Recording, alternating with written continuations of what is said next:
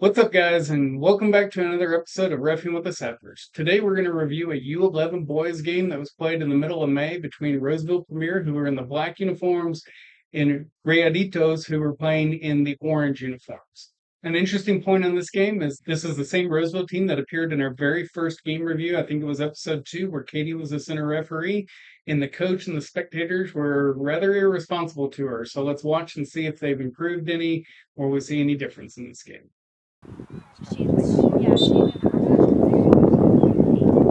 For this game, I was the center referee. Katie was on the far side. You see her over here. There's a fourth official there. For Roseville, they do have a very good referee development program, and sometimes they will assign new referees who don't have experience to come out and shadow and a more experienced assistant referee to gain some experience in a real game. Getting this game started, our very first decision was a no call. Here, orange is battling for it, black kind of comes through, and you kind of see right here that he kind of stumbles a little bit, but there's no real trip there. I think the orange player just crossed his legs as he was coming through. Nothing for a foul there, and so we gave it a no call. Continuing on, we have a good battle for the ball here that ends up being shoulder to shoulder, and we no call. You watch it there. The two players just come in, kind of throw their shoulders at each other. This is like a perfect shoulder to shoulder challenge. When you hear people sometimes say shoulder to shoulder, like what refs are looking for is exactly what happened here. Neither one of them are fouling. They're just equally making contact and trying to battle for the ball. So it's a good no call, and we continue. Here we're going to see our first actual foul called in the match. Orange has got the ball, he goes through, and black just kind of trips him right there. It's close to being black just having the position and orange initiating the contact, but you can see he's kind of sticking his leg out there and he does trip him. So we call that. In our next moment, it's our second point in the game where there's actually a foul called, and it's a little bit controversial. Let's watch it. Right here, you see that black has got control of the ball, but this orange player is catching up, and you actually see the black player look back. He sees that he's going to challenge. You notice his arm kind of comes out and he like pushes it back, and not a normal kind of running motion. It's more of a hold kind of motion. Continuing on there, he kind of takes his eye off the ball. He stops trying to play the ball in order to prevent that orange player from getting it. So I do end up calling this. You see, after he goes down, I blow my whistle quickly. I signal back that direction. Coming up, we've got a pretty straightforward handball. The ball comes in, comes up off of this player's foot, hits his hand right there. It's not in a normal playing motion. He's kind of got it out a little bit in an unnaturally big position. Here we're going to see a very straightforward call for a charge. Ball's kind of out there, black gets it, but then orange comes in and just throws his hip into that black player, knocks him down. It's a charge. Give the call and grant it to the black team for a direct free kick. Here we're going to see a decision that was a no call on the field. Black's got the ball. Two orange players kind of come in around him. But as he loses control of the ball, he also just loses his footing. I don't see anything there where the orange players are really even touching him. And on the field, I had a perfect angle on that, seeing everything that happened. You see me signal for no foul, and we carry on. Player gets up and goes back to playing. He knows it's not foul. A little bit later in the game, we'll see a point here where orange has a really nice slide tackle. There's no foul here, but it kind of looks bad from the sideline, so let's talk about it. So black has the ball here. Orange goes in right there. Orange does a slide tackle, which is why you see the ball going off to the right-hand side of the screen here. And then black's kind of surprised that it's gone. He kind of also throws his body that way. And with his momentum carrying forward, he kind of falls back over the orange player. Now, sometimes you'll hear people say, oh, he got the ball, so there's no foul. It is possible for there to be fouls, even if you get the ball, like if you initiate illegal contact. But that's not what happens here. So it's a good no.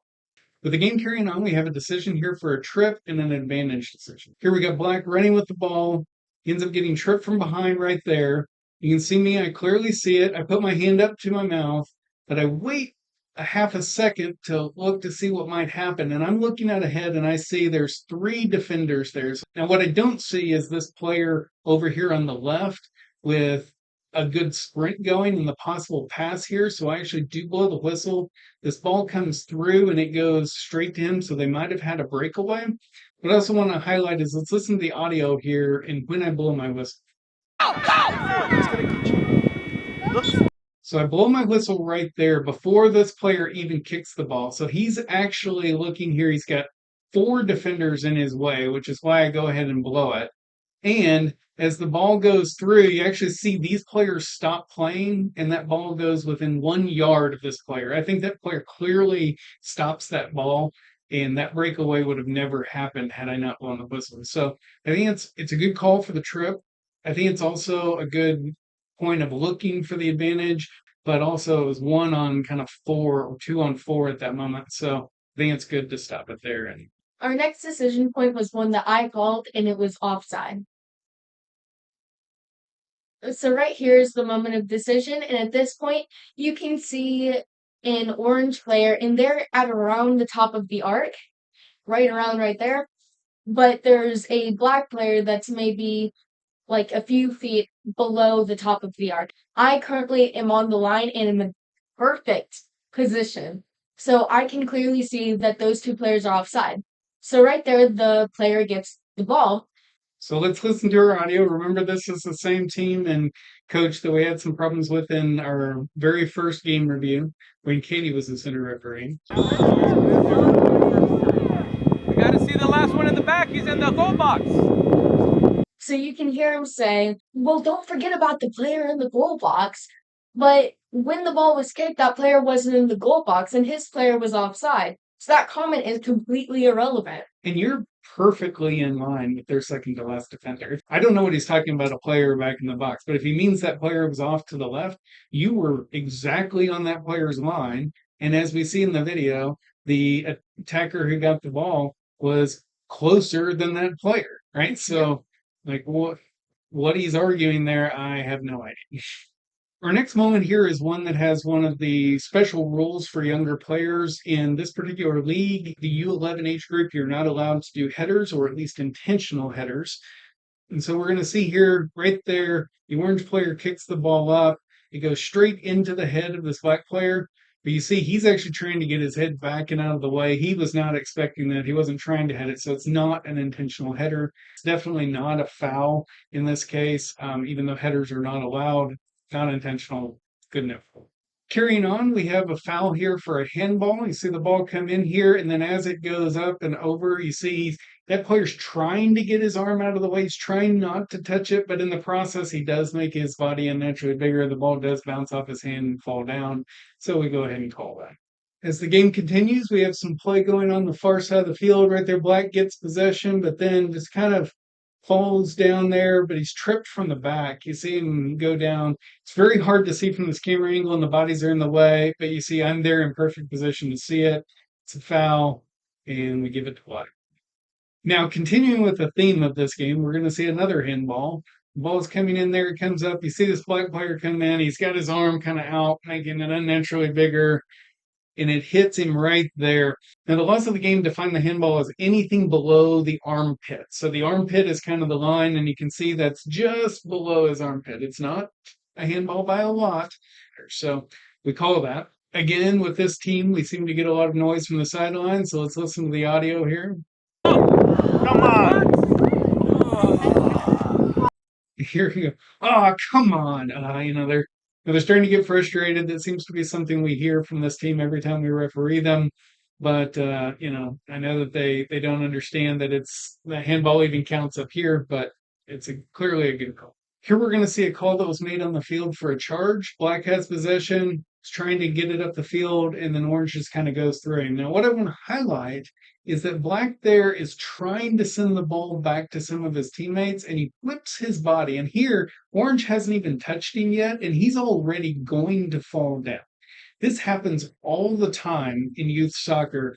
People see them fall and they think it's a foul when it's really just the player whipping their body around to try to send it up the field or cross it or something, and they fall down. What makes this actually a foul is that even after the ball is gone, the orange player charges through him anyway instead of trying to pull up on it. So, had he pulled up there, the black player still would have fallen down and it would not have been a foul. But Orange continuing through him there makes it illegal contact and therefore a charge. Here we're going to see a play that was a no call on the field, but was close to being a hold. The ball's coming in, Black kind of gets it and comes around. And as he's coming around, Orange kind of sticks his arm out right there. and acting like he's going to hold him back. But Black goes ahead and regains his balance, gets around, and the play continues. So I ended up letting that play. I think even looking back here on the video that it's an okay to let play. I think it would also be acceptable to call this, but it would be a really light call. So I'm fine letting that play. Now we do end up getting some noise here from the sideline from the coach. Watch the hands! Watch the hands! I'm saying the hands, watch the hands. And, like I said, it was close to a foul. I just don't think that it was enough for one and it's acceptable to let play. So I do wish he would just let me manage that and him work on coaching, but it's an okay no call, but would be okay to call it as. Here we're going to see a moment that I made a no call on the field, but I actually think was incorrect. The ball is kind of up here for grabs, and then right there, this orange player kicks his foot really high, and you even see the black player cringe away from it. Honestly, I had a pretty good deal on that. I don't know why I didn't call it. I really can't explain it, but that should have been a call for a high kick and an indirect free kick restart for the black team, but I let it play. That'll be a deduction for us. Here we're going to see another no call. There's a battle there for the ball. Black's coming through. But you kind of see right here he missteps. Orange hasn't even touched him yet. You can see their legs aren't even touching. There's nothing touching between them. From the camera angle here, we're looking through the orange player. You can't really see with the camera what's happening, but I've got a perfect view on it. But Black just missteps, goes down, gets up, continues playing. There's no foul there. Carrying on in this game, I'd like to review a corner kick decision. Normally in this channel, we don't review throw-ins or corner kick decisions because there are just so many of them and they're not that important to the game. But this one was controversial, so we'll talk about it here. So the ball's coming through, it gets cleared out, and right here, orange comes in, but this orange player right there is kicking it. Black player right here is coming and trying to challenge for it, and in the process of the ball getting kicked, it goes off of this black player's foot just gently, but really quickly. So after orange kicks that and it had just a quick deflection off the black player, and I immediately begin signaling like this that I saw a deflection, and I signal for the corner kick. One thing that I like to point out is what the AR does, because what he does is that he puts his flag up and then signals for a goal kick, which probably means he hasn't made eye contact with the center referee yet. So after this, then he sees it, and then he puts his flag up again to signal that it should be a goal kick. But at this point, if the center has already got onto a decision, you will just make the entire team look bad if you continue arguing for your point. That can cause confusion with parents where they're like, well, the AR signaled for our direction, so why aren't you following them? To that end, let's listen to some of our comments from parents here. What? Catch it! What? How was that a corner? So you hear them say, what? How is that a corner? Now, some, they just might not have seen that the deflection actually happened immediately following the kick. But also, some of that is that they see the two referees just not giving the same consistent signals. Carrying on here, we had a call for a trip. Black's got the ball. Orange and black are kind of battling, a lot of 50-50. And then there at the end, there's a trip that I do call and give orange the ball. But going back on this and looking at it, here there's probably some fouling that's occurring before this trip, right? But it's kind of 50-50 fouling. So they're really battling for the ball, really both going at it. And then at the end, orange does get tripped by black, and so we give it to orange for the direct kick. In our final call of the first half, we're going to see the ball coming in here in a throw-in, and then right here, when black's got this ball, orange is coming in, trying to challenge for it, and he kind of starts to pull up, and in the process, his knee bumps the knee of number 17. Now, it doesn't look like he's trying to bring that leg through. He's not really charging him. It's because he's actually trying to pull his knee up. It doesn't even look like a kick or a trip to me. It's just kind of unfortunate the way the kneecaps came together. And so I make that a no call. Number 17 goes down and is injured after this. But I think this is one that it was okay to call it a no call. I think you could potentially call it for game control, but it would be more for game control unless I think because it's an actual foul, unless you just, in your mind, you think it was a kick. About 2.5 minutes into the second half, we have a couple of things happen in rapid succession that really upset the black team sideline to the point that I actually ended up going and talking to the coach and giving him verbal warning. So you see here, this ball's been kicked back.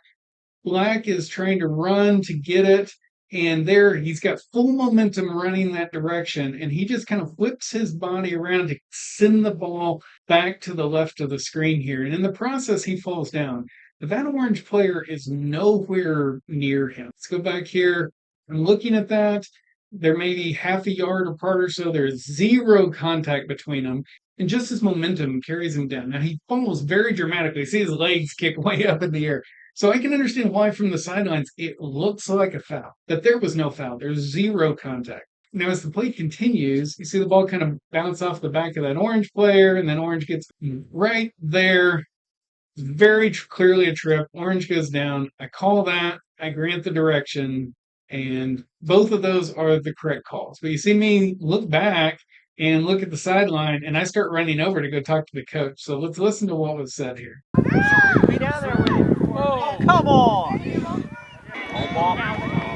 Gonna call that one? Come on, man. So you hear them say, "Oh, come on," after the first one, which a guy wasn't even touched by the opposing player.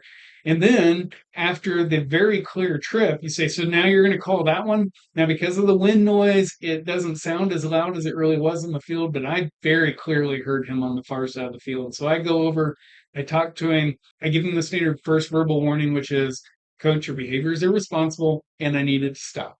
Now, I ended up talking to him for a few seconds on the sideline because he was asking, "Well, you missed this one, and clearly that was a trip over there." And I said, "Coach, your player wasn't even touched over there." And he kind of gave me this look of, What do you mean my player wasn't touched?" Well, hey, I had a better angle on it than you did, right? You missed it from over here. I saw it from there. Video clearly confirms what we saw. But yeah, this was his verbal warning. As the game continues, we've got Orange on the attack here. He's round in the corner and he just gets tripped from behind. That's very, very clearly a foul. I clearly see it, clearly signal. As play continues, we've got a moment here where I know called it on the pitch, but I think we got this one wrong. So here they come in, have what on the field I think is a shoulder to shoulder contact, but going back and putting this in slow motion, you see here this black player, he's not actually looking at the ball. He's looking at the orange player and thinking about what his contact's going to be with him. Now, where this camera is, we've got a perfect view of what happens between them and what that player was doing. Where I'm out on the field, I'm looking at it from a completely different angle and I see the two bodies together. So I don't quite see all of that. And so when it comes in, I end up thinking it's all shoulder to shoulder. But really, the fact that he's not even really trying to play the ball, I think makes this a charge and should have been a foul on the field. So that'll be a deduction. The next call is going to be an offside call. So right there is about the moment of decision, and orange is slightly offside. I am in a good angle for it. It's not as clear on the camera, but you can still kind of see that he's in an offside position on this. And so as we continue the play, I put my flag up right there, but the goalie actually gets the ball from it. It's more advantageous for the defending team to have it in the goalie's hand rather than it to be on the ground, because when the goalie actually has it in his hands, he can go anywhere in the penalty box. He can do way more with it than he would be able to do on the ground. You even see me there. I signal kind of advantage because I'm saying that she called offside, and normally I would have stopped play, but it's just more advantageous for you to have the ball in hand with the keeper, and so we're letting it play. But from the sideline, you can't really hear it on the video because of the wind, but they did actually say something to the lines of, "So we're not even calling offsides now." It's just interesting that this game was starting to get more heated, more and more noise from the sideline. They were looking for things to complain about, even though Because there's not a lot of things to complain about. And even though it's a correct call, they maybe just don't understand the law about it. Not more than 10 or 15 seconds after that offside call, we have a foul here for Black coming through, and you notice he just pushes that orange player just like yards and yards off the ball. It's like it's clearly a foul, and I go ahead and grant that and give a direct free kick to Orange. Moving on and continuing with kind of a theme from this game, we have another handball. Here the ball is kicked up, and as it's coming through, you see this player's got his arm out. He tries to get out of the way, but can't quite get out of the way fast enough. It hits his arm on the way by, and the ball falls down. So go ahead and make this call, signal the direction. Now, what's interesting is if you watch me, I tell him where to put the ball, and then I look back and I see my AR. My AR's got his flag up, and at first I thought he was just signaling for the handball, but it's strange he would still have his flag up this long after I've clearly called it. So I realize that he wants to talk to me. So I go over and I talk to him, and he basically says that the coach on the sideline had told him that at the next opportunity he wanted the AR to tell me that I need to do a better job of watching the ball and the play around the ball. I think I told him this coach has some history and some issues with kind of recognizing where fouls are and where fouls are not. So I'm not really going to necessarily take his word for where I need to do. I'm going to focus on refereeing. Let's let him focus on coaching. If he tries to tell you that again, just tell him to take it up with me after the game. And then we get back to playing. Here we're going to see two decisions in rapid succession. One was a no call for a possible push, and the other one was a header, which for this league in the U11 age group, headers are not allowed. So here the ball's coming up. It's kind of up for grabs. Orange kind of comes in, tries to kick it away. Black's kind of coming through, and they kind of get tangled up. Orange ends up going down, but I really viewed that as 50-50 contact, no foul there, which I think is correct. Yep, I agree with that. Then the ball goes up here, and here Orange kind of jumps up to actually try to head the ball. So he actively tried to move his head in the way, headed the ball. I call that, grant an indirect free kick to the black team per the rules for this age group. So a couple minutes later, we have another decision around a possible header at this young age group. So let's watch here. Ball comes up. It does hit that player in the head, but if we go back, right here where the ball is coming up at his head, he actually turns his head away from the ball and is trying to duck his head down. So he's trying to get his head out of the way. As Aaron has mentioned in one of our previous matches, if you want to head the ball, you actually move your heads up and you try to bring your forehead to it. And this one, he's trying to turn his head away. It hits him in the back of the head. He's trying to get out of the way. That's not an intentional header. So I let that play on. Again, with this particular team, these parents, these coaches, we hear a lot of noise. Let's listen to some of the noise on the sideline on this one. Oh my God. Yeah, but if it was us, it would be... Oh yeah. Consistency! You hear him say, "Oh my goodness, come on." And then consistency. We want consistency. Well, I feel like in this game, I've been pretty consistent. If it's an intentional header, then we call it. If it's an accidental header, we don't call it. That is consistent with the laws of the game. I think this is a situation where the parents just don't really know the law and they kind of see what they want to see in their favor. So I guess it is what it is. In this match, about 5 minutes goes by before our next decision, and it's another handball, which seems to be a theme in this game. So here, Orange kicks this ball up, and as it's flying up, you see Black's trying to get out of the way, but his arm's just out there. You see it hits it, drops it down. They don't get any more straightforward than that. I call it, and we carry on. Here we're going to see a moment where there was a trip, but we signal advantage after. So right there, he gets clipped on the ankle. It does disrupt his stride, so it affected him. It's a foul. You see me, I start to put the whistle to my mouth to blow it, but then I look, give it the extra heartbeat to see what happens. And while I do see there's kind of 4 defenders and 3 attackers, I look and I see he sends this ball out to the right for an attack, and I'm thinking this number 13's been fast the whole game. If he gets that, he's got a pretty good chance at a nice cross and a nice attack. So we're given that it was a light foul, and they've got this chance immediately after. You see a signal advantage, and we let that play. Not more than 10 seconds or so after the last call, we have another controversial moment here. So Black here is trying to bring the ball, reset their attack. And as he's coming in, if we watch this in slow motion, Black had the ball. You see Orange actually does a really, really nice job of battling for position and just winning the ball. He just kind of out hustles this Black player to get to it and comes away with it. And Black ends up falling down. Now, I did not see any foul there in real time, and even here in slow motion, I still see it as a good play for the Orange team.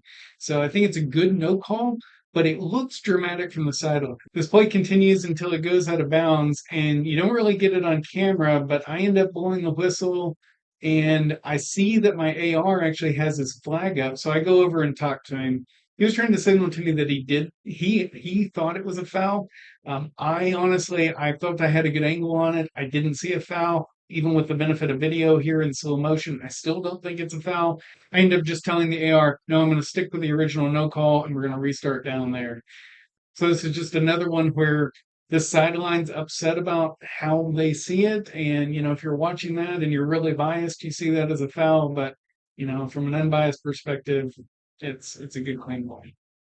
Up next, we've got a moment where we have a no call for a shoulder-to-shoulder challenge. Here, Black kind of comes in. There's a little light bumping there that kind of sends this Orange player off, but both Black and Orange are trying to play it. Orange, because of his position, his angle, kind of gets thrown off of it more, but I think it's a good no call. If that 8 had extended his arm a little bit more, that would be a foul, but as it is, I'm fine with that being. Our next decision point is another offside call, again on my half. This was a really long ball. The moment decision is around right there, and then the camera pans over to where we're at. But even with this angle, the Orange player, even though that's been like half a second after the ball was actually kicked, is still in an offside position. I'm following the play perfectly again. And the player on the farthest side gets the ball, and I call it an offside. Our next decision is another possible offside call on my half. So right here is the moment of decision, and you can see that the Orange player is very near to the outside of the penalty box. And there's a few players that are yards into the penalty box, which makes it clearly that Orange is in an onside position. I'm in perfect position to actually see what's going on with this. And so I basically signaled him, like I put my palm out saying that this is like not offside, it should not be called, like this is a good goal. On this side of parents, they were screaming about how like, oh, isn't this offside? Like, oh, why isn't this offside? And stuff like that. You can't actually hear it on the audio again because of the wind, but they were saying that. So Paul over here just ran over to me to confirm that it was not offside. I go over, I talk to her, just wanted to make sure that we send the signal that we talked about each one. We know what we saw, but another one, people see what they want to see. Especially when they're biased. And the video confirms exactly what we. Yeah. In our next moment, there was a no call on the pitch, but some people wanted a handball call. And so let's watch it here. The ball kind of comes up. Black kicks it up there. Orange is battling for it. It kind of rolls up his body to his face. But you can kind of see, it's a little bit difficult to see with the light houses in the background, but his arm's actually is further away. The ball doesn't even get close to his arm, or maybe it's 6 inches or so away from his arm. So it's a good no call. It's a good no handball. I had a good angle on it. Katie, you also were looking at it from that side. None of us saw it. But let's listen to what our sideline had to say. Handball! They're only handballs if they're on us. So you hear them say, hey, there's a handball. There wasn't a handball, but I understand that they want one. But then where it starts to get more frustrating is the comment from the coach basically saying, well, it's only a handball if it's on us, which is basically him setting a really bad example for his spectators and for his players that the referees are biased. Yeah, and even like with the wind, that makes it way harder to actually hear what they're saying. So if you can clearly pick up on this audio that he's saying that, he must be saying it super loudly. This just sets a really, really bad example for all of them. As we were listening to the audio there was another foul that happened for a trip. Happened right here where this player gets clipped on his ankle. He ends up falling down, this Orange player to the left, clipped him, falls down. I call it, and I actually signaled the wrong direction. So you see, I signaled to give it to Orange, and the Black player, he gets up, he's like, what? I was the one who's fouled. And so I actually tapped my chest, and I reversed the call. I said, no, I'm sorry, that's my bad. Should be this way. So I go ahead and overturn it. But yeah. Sometimes that happens. You get a little bit confused or you signal the wrong direction, but we got it fixed and got it right. Our next call is another offside call that I got the privilege to call. How did you get them on? I don't know, luck, I guess. So right about there is the moment of decision, and you can see the orange player inside the arc really near to us. And you can see from the video that he's a few yards ahead from the second to last defender, which makes him offside. So when the orange player kicks it to him, I then pop my flag up and call it offside. So that's a good call.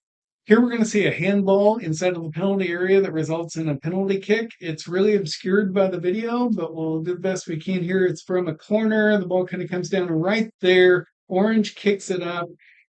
Camera can't see it because I'm directly in the way, but I'm very, very close to it. This black player that you can just see over my right shoulder, his arm touches it, and you see the ball just drop right there. And that ball dropped straight down because it hit his arm. So we call the handball, we grant the penalty kick. Really unfortunate in this game because Orange was actually winning by several goals and we're right at the end of the game, but it ends up being a penalty kick and it's the correct call. Almost immediately following the kickoff from the goal scored on the penalty kick, we have our final decision of the game. It's potentially a dangerous play for a high kick. Let's watch here. Right here, the ball's coming down, and Black is running in to try to get it. Orange is just trying to play the ball, and when he first starts to kick, this Black player is nowhere close. He does end up kicking the ball, and Black, with his momentum, his face comes close to the player's foot. So in all honesty, I'd love to know from the other referees, mention in the comments, do you think this should be called for a dangerous play or not? I'm on the fence. So I feel like this could go either way. We did get some noise from the sideline. In fact, you hear them here. No high kick. Hear them say, yeah, what? No high kick? Right? But I'm curious what the other refs think. We're going to deduct a half a point for this one because I'm not sure. With that, our game's done. So let's see how we did. So with 40 decisions and 2.5 deductions, that gives us a Sapper score of 93.8%. So that is a good game. It's almost a great game. And we feel really good about this one. Now, again, this is that team. They gave us grief in the very first game that we reviewed on this channel. They gave us grief in this game, ended up with a warning. Lots of noise from the sidelines. Also interesting in this match, afterwards, the visiting team coach, they actually came up to us and said, we could hear everything that was happening over there. We have no clue why they were so upset. You guys called a really, really good game. Something to also note is that when our other AR was walking off the field, and he told us that the coach at the game that he was calling the center like terrible. What is he even doing? Like, why are you even on our games? This is one of our worst referees yet, which unfortunately wasn't picked up by audio. But so then, that perpetuates out to players, perpetuates out to the parents. They start to think that's okay. Oddly enough, I recall this coach actually reported us to the assigner for this club, and he was able to review this video and basically report back to the coach like, hey, there's nothing wrong with this game. In fact, it's a very well-called game. So really appreciate their support, appreciate the assigners backing us up. Thank you for joining us on this episode of Reffing with the Sappers. We'll see you out on the pitch. I will have this cleaning over my diaper. That's the plan. No. That's the plan. That's why we do it. No. That's why we do You're it. just ruining like my teenage years. Like you are preventing me from getting a boyfriend until I'm 35. That's the plan. No. That's why we do it. That's why we do it. Wait, I'm gonna do uno mas. One more time. One more time. Uno mas. Goes. Tries to actively. Yeah. Okay. Let me finish my sentence. But you're in a great position for this too. So Where? right now. I am an amazing AR. I'm just saying. Okay, coach. Look me in the eye. Look me in the eye. Are you high? Okay, are you ready? Because I'm just that crazy. You cook. Okay, cook. I'm cooking. Cook is something. I'm hungry. I'm sauteing some stuff. I'm hungry. Actual meat here. Yeah. Play it. Well, just play it. So right there, orange kicks it, black. Oh, yeah. I was making sure that you weren't capping parents of the players being biased for their children. I know. It's shocking. It's mind blowing. I could never. Okay, let me tell you a little something. So on the left of those trees are horrible tilings that reflect the sun right into your eyes, and on the right is perfect little tiles that we all want on our houses that don't reflect the sun back into every single thing that we're trying to make. Get good. I would like to see what I'm trying to do without those tiles reflecting in my face.